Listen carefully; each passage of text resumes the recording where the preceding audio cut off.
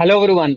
So, welcome to our fifth podcast, which is part of our campaign called Career Wellbeing.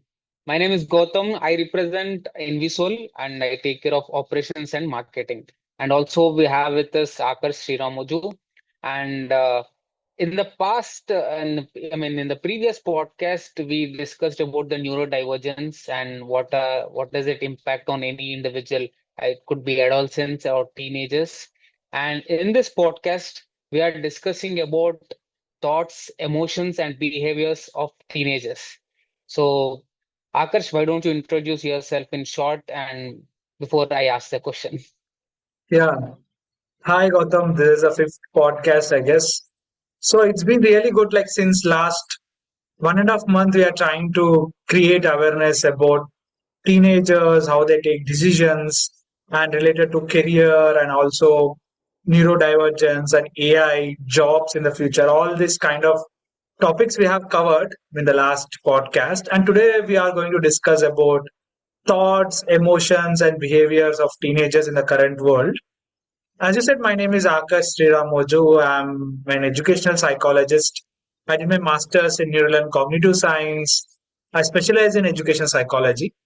And through Invisol, we are trying to create this awareness. And we are a career well-being company. We are trying to address the career dilemmas and make teenagers prioritize their well-being in today's world. So we are just starting our journey as Invisol, and it's a long way to go. And through this podcast, we wanted to make our teenagers to take informed decisions in their career. Yeah. And I'm still feel very proud to be part of this, in visual because we are trying to solve a very crucial problem. So, getting to our topic, my let's start from very basic, like what exactly is going on in the current teenagers' mind. Specifically, we talk about Gen Z and Gen Alpha. What's going on in their mind currently? What do you think? So if you ask me about what is going on with their mind, it's like a big question. Like it depends on what is happening around them. Like the current news, current trends, what are going on in the reels or YouTube videos or movies, cricket or whatnot. All the things which are bombarded to them, like all this information which is coming to them, this they are processing each day, and they're also behaving according to that context which they are part of. So this is how, if you ask me what happens with a teenager, but if you really ask me what happens in this age group, like in 13 to 17 years, what happens within a human being, if at all he or she is in this age group of adolescents, they are just trying to understand the world around them. They're trying to learn many things for the first time. They may get the mobile phone for the first time. They learn driving for the first time. They have a first relationship, or they also have a first kind of a quarrel with their parents. They become a rebel in their family for the first time. So many first things are experienced by teenagers in this age group of 13 to 19. So this becomes a crucial time for even teenagers to look around what is happening around them and also look inwards who they are and what is their identity. This is an identity formation phase. So that's how they explore many things for the first time. They form their identity and they look around what is happening outside. And if there is something which are going on, like trends and whatever is happening outside, they also try to emulate them. Like how the this reels and social media is influencing our people. So it also similarly influences the teenagers even more. So this, as I can say, it's a very uncertain period for teenagers. They feel it's uncertain because they don't know anything about what is going to happen in the near future. They try to explore this uncertain world by trial and error. They do something, and if that goes wrong, they learn from that and they do another thing. Like how a child in the age group of 3 to 4 years, how they learn walking and talking by using some words or walking by slow steps or crawling the floor, and they fall again and they can learn again and they can crawl or walk again. So the same, similar to the child, teenager also learns about the world around them and about themselves in a trial and error way, and that's how they're trying to they make their way through this uncertainty. Yeah. Uh, like there are many good points you have mentioned, Akash. The first thing is there is a lot going on around them, what I feel compared to my generation. There is a lot of communication happening with them, and there is a lot of overwhelming topics around them and overwhelming situations around them. There are a lot of things happening throughout the world, and the accessibility what they have with the small digital product is completely overwhelming to them in terms of accumulating the information and also easy access to interaction with the nearest person or the farthest person around the world. So this getting them to you know I mean, lot of emotional aspects get to their mind. I mean, the it might at very early pace they might get depressed, or at a very early pace where they get dopamine at dopamine rush very instantly. That's how the current teenagers' attention span is getting reduced, right? So, in a simple word, there's a lot of things going around them, and in terms of their emotions, even what I feel is that there is a roller coaster continuously going on in their mind. That's how the mental health and the depression, the anxiety keeps on coming up. So, in that context, I want to ask one question, Akash. I mean, in this generation, particularly Gen Z and Gen Alpha, how do they express their emotions in current days, based on your studies, or what do you think? Yeah, so as you said, Gautam, like this age group, the phase of their life, the adolescence, is very, it's very like sensitive phase in their life because Correct. they're trying to understand the world, and their emotions also they can't regulate that easily because the even the brain research and neuroscience research also says the emotional regulation part of our brain, it's not that much developed at this in this period of time. So it takes some time, like by end of 22 years or 23 years, emotional regulation, even the control of your emotions or behavior, it will be developed. So because of this, what happens is like they may not uh, express themselves very well, and they get easily uh, like irritated, and they get show their anger on the parents, especially if something goes wrong, if they don't, if they are not understanding them, or they want something which needs to be happen in the world, they show their anger is the one emotion was they express on their loved ones, nearby people, parents especially. And there's another kind of emotions like where they go through so much of um, this kind of stressful situations because of academics, and because of other things which they have to deal with that in this period. Because what happened in Indian context, most of our young people or teenagers, they go through this standardized exams like NEET, IIT, JEE, and all these things. They start preparing for these exams from 15 years or 16 years onwards. And what happens is like this creates so much of stress on them. And this kind of emotion is also expressed like they feel sad. They are many young people are right now feeling anxious and depressed because of this academic pressure on them. So this academic pressure is whole our education system, parents, and society. We all are equally responsible for putting our young people, teenagers, under this stress of cracking an exam or getting into a college.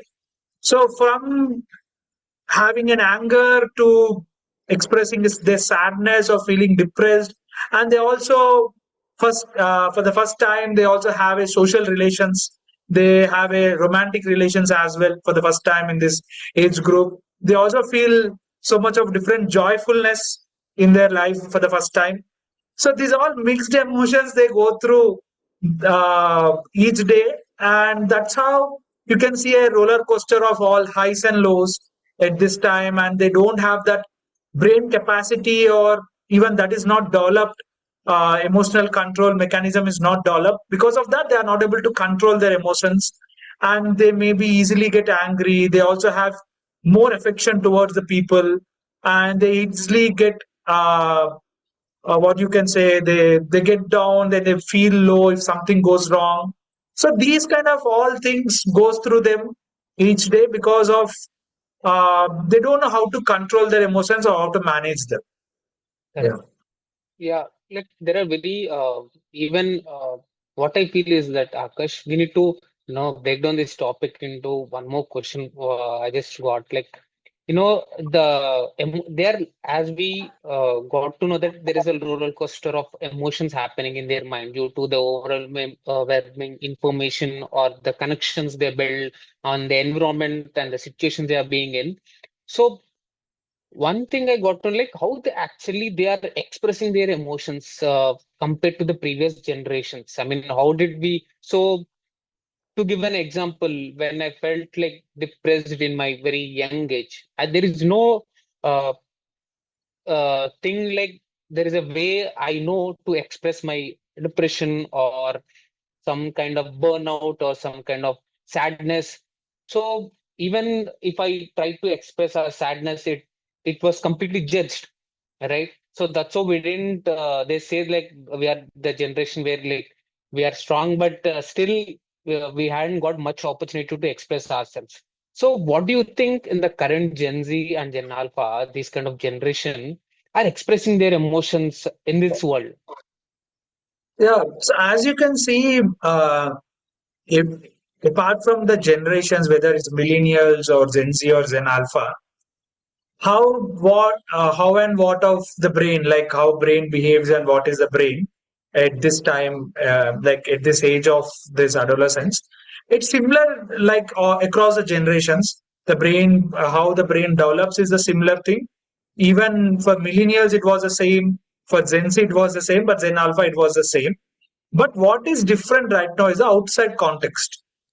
So the millennials, when they are growing up, they may not have this internet or digital ecosystem around them. They didn't grow up in that ecosystem. But right now, Gen Z and Gen Alpha, they are very much, they've grown up in this digital era, and they have internet, they have smartphones and all of them. So these are with which they have grown up, and they're growing up also today. And because of that, we call them as a digital natives, the first generation which Correct. people have grown up in this digital world. And this environment plays a crucial role how it is going to influence on them to express their emotions. Okay. Many of the people right now, they seek help in such platforms as social media for approval from other people if they feel because of that other things, like social media is creating an image like everybody should be a perfect woman or men or a girl or a boy. So because of that, if they try to become perfect, they try to emulate that. If they are not able to do that, they feel sad, they feel guilty. So they always seek social approvals from other people. So this kind of, right now what is happening is like the actual feeling of emotions is getting reduced. So this all bombarded with the social media information, and they also this is also making them think in a different way, and they should constantly seek the approval from other people. And apart from this, expressing the emotions are very much same across our millennials and even today, because this became a constant pattern. Like adolescents become very rebel in this age group of 13 to 17, and they have the first kind of fights with their family, and they don't listen to the family very often. They don't care that much until unless if the parents are not involving with them. So these kind of things are there even Yeah, then and even now. There's no much difference in how they express their emotions, but only the difference is like now there's an influence on their emotions from the outside world, which was not there previously. So because of mm, that, right now, how they portray themselves to the outside world is changing. correct. Uh, so they are trying to become perfect. They're trying to be a person who other people will love them or something like that. They're not being true to themselves. Correct. So this is what happened right now. So even I wanted to add a couple of points which I observed is that it's a generation where sometimes their sadness or their depression is expressed in their social media post. This is one thing I read on social media, in one of the resources, that they're trying to express their emotions through social media post. Or if you see someone's story, a kind of sad, moody kind of with the music, that something is going on in their behind which they can't express directly to any human being. That is one thing which I observed. And also, at some places, even that the words which are previously called kind of a misjudged or a taboo kind of words like anxiety, depression, which we didn't use that words much. But I think the nowadays the anxiety, the depression, and the any kind of syndromes or the mental health, the words are completely getting standardized or getting more awareness outside and also expressing freely. It's like friends nowadays, probably in this generation, are expressing that I'm probably burned out, I'm feeling little anxious. So this was not there previously when we were doing it. It's not the word we know actually. Even I didn't know when I felt anxious. I need to say that I'm feeling completely anxious or stressed about the work and everything. So this is one opportunity, So I think, yeah. So here, one thing is like that normalization is going on.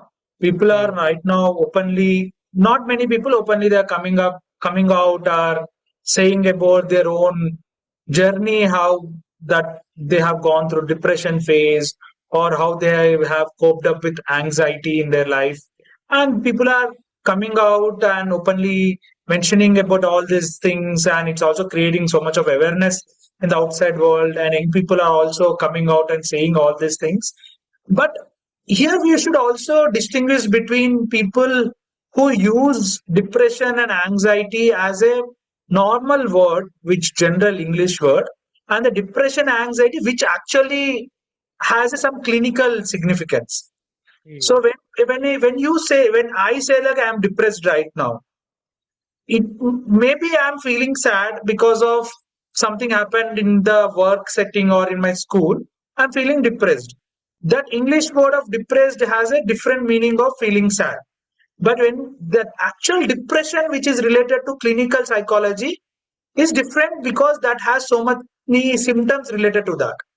So here, mm, because of normalizations, we are not able to distinguish if a person is truly depressed or he's using depression as an English word, which we use in a general conversation. mm, So now normalization has a two sides. One is like creating so much of awareness about what is happening related to mental health. But as we have seen also in the neurodivergence case in the last podcast, because of using these words generally like that, it may not give you the significance that they also have this clinically diagnosed depression or something. So then it may be, it becomes like something like we need to use in future. Okay, you are clinically diagnosed as a depressed person. mm, So you will that is actual depression what people go through. Even anxiety or these all comes under that. But general, I'm feeling anxious, I'm sad, I'm depressed is a general feeling what they say in a regular day-to-day things. And if these are the signs, I'm not saying these are, this should, you should not say this, but if you're feeling depressed or sad or anxious more times in a week or daily, then that is a initial sign for you, like you are developing this tendency, like your mental health is disturbing slowly. correct. Then you have to take care of your mental health. Yeah. Mm. So, rightly, what you got it that, Akarsh. And one more thing I just wanted to ask, and we can discuss on this. So now we talked about their thinking pattern, how they are thinking nowadays. What are the influences? What are they getting influenced at a very base level, and also the emotions they are getting from the outside world and the outside context. So how this is getting influenced in their behavior? I mean, how the young teenagers are behaving right now, particularly taking any decision. We can start from there. So if I take an example, I'm just a teenager, like there are a lot of things going on in my mind, and how this emotions and these influences around me is getting affected in my behavior in taking action or taking a decision. What do you think, Akash? Um, so basically, for any person like a teenager or adolescence or even adult, so they have three facets of psychology, right? Now, just now we spoke about emotions, and thoughts is also another important thing which has an influence on behavior as well. So thoughts and emotions, both of them have a influence on behavior. So thoughts basically, maybe young people they think may overthink some things, or they try to make it choices which are very much risky. So when you say about this behavior, right? So right now this risk taking becomes very much high in this age group, and neuroscience also says right now the decisions what they take are even strategic decisions. So they evaluate the pros and cons of each decision, and they take a calculated risk, what even neuroscience is saying, because so many of experiments they have done on teenagers. They scanned this brains of teenagers by doing some simple decision making experiments or tasks. So based on this MRI, fMRI data, they analyzed that they got to know teenagers are very much like a strategic decision makers. They calculate and they take a risk. If at all the environment is healthy for them, they take a healthy decisions. But if at all environment is something which is not uh, making them healthy, or it will take them in a wrong direction, then even the decisions will be in a wrong direction. So it all depends on the environment and where this young person is there in which kind of an environment. So one behavior, in the sense, the one behavior is like towards this what you call social media right now. What has happened? Many of the young people are addicted to the social media right now. It's a addiction is one kind of thing what they are doing. They always scroll the reels. The scrolling the reels is become like a behavior which they can't avoid. They're spending so much of time. The screen time is increasing. So this is the one big um, behavior we can see in the teenagers right now. The screen time is increasing, and because of that, they distract a lot, and they are not able to control even by themselves how to reduce the screen time. That is one thing. And apart from that, because of this influence on the social media, even the outside context, and the first time they experience even the this alcoholic beverages, and also maybe this nicotine and also other substances for the first time they use in this age group. If at all, as I said, the context is not providing them to form a healthy habits, then they become addict to these alcoholic beverages or nicotine or even substances, and that leads to substance abuse or alcoholic abuse and all that.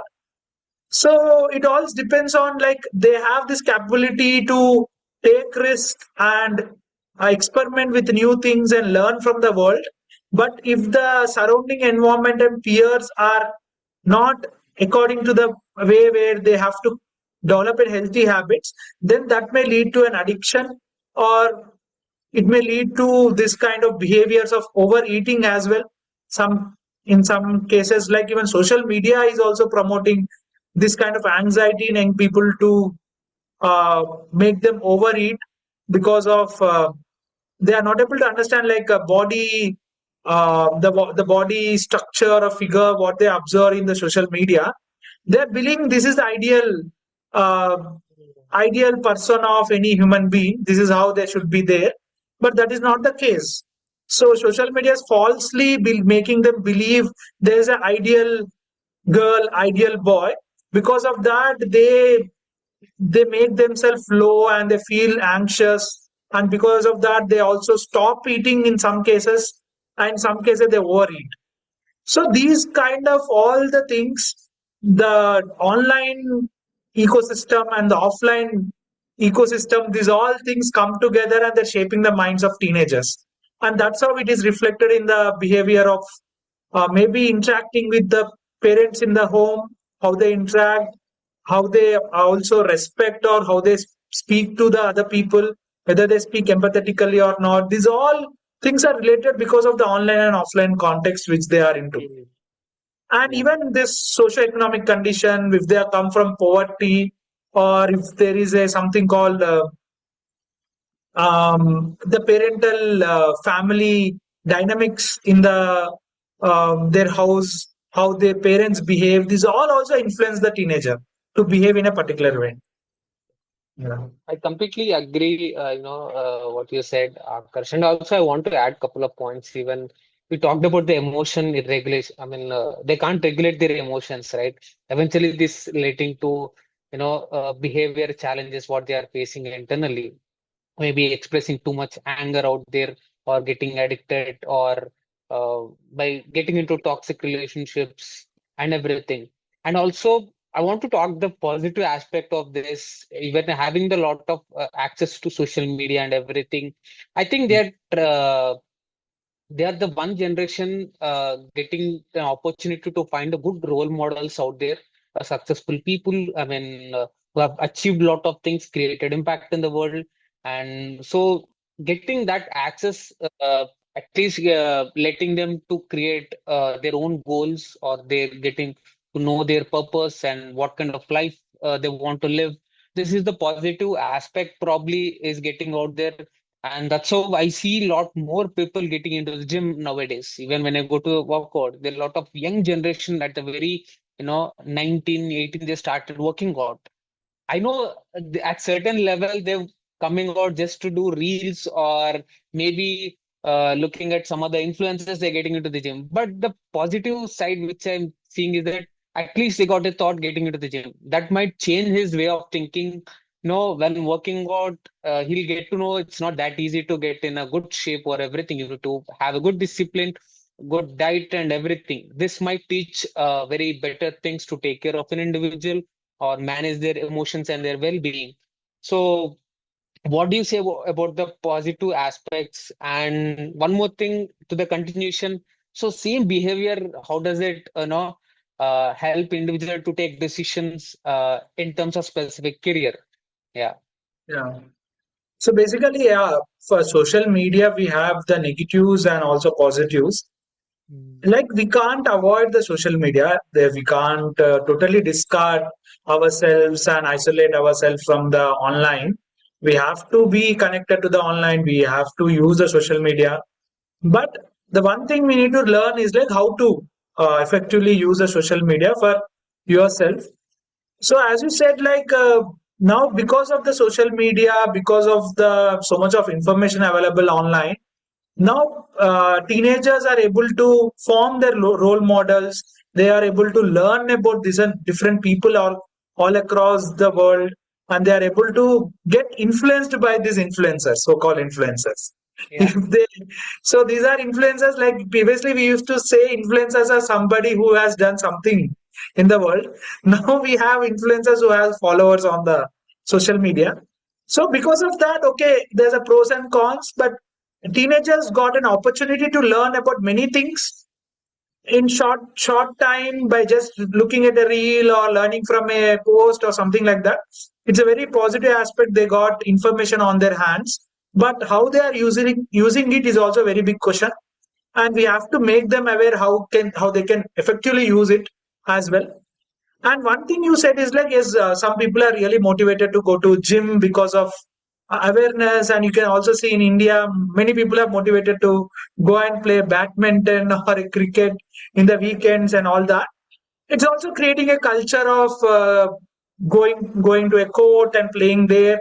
These all positive aspects are like you are right now. People are going to indoor sports, outdoor sports, and also these all things, gym and all.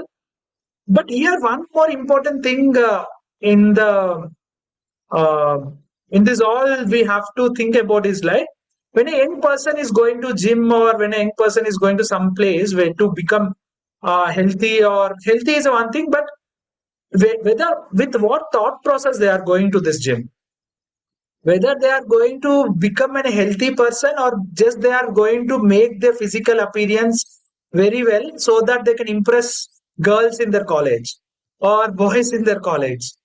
So then that becomes a different thing, like they are valuing their physical appearance based on other people's acceptance. So you can be a person who you are based on who you like, what you like. There's no perfect ideal body or this and that. You have to be healthy in terms of weight, height, or whatever. But if you are just going for a gym or any other places to have a physical appearance because somebody will like you, then that becomes a problem. Then again you are into the social approval. So there's two things for any thing where whenever you pick up, but most of the people I spoke to when they go to gym, these young people, they're actually going to the gym because they're feeling insecure because of their body, Correct. and they're trying to make their body in a shape where they can get acceptance from some other people. So this is the thing with what is happening in the social media, and the positives are there, but positives are 30 to 40, but negatives are 60%. But how do you manage or take some good things from the social media is up to the people who are using it, but it's also duty on the adults like us to empower young people to use a social media in a right way or online forums in a right way. And when it comes to decisions, the crucial part of a decision, like right now, any young person in this age group of teenagers, they take many decisions related to relations, decision related to career, decision related to what they wanted to do in relation to their hobbies or day-to-day activities and all that. It is a major part of the decision comes into the picture is from the component of career. It's because they always in this age group they worry about what they wanted to do next in their life, because this all 13 to even 20 years, 21, 22, these are the years which they figure out about their identity and figure out about what they wanted to do in the future. So at that time this career decisions becomes very much important, and this career path what they choose also has an influence on their mental health. Because if they are not after choosing one path, if they are not feeling that is suitable for them, then it becomes like a too much for them. They feel regret after why I have done this 4 years of degree, or why I am into this job and all that.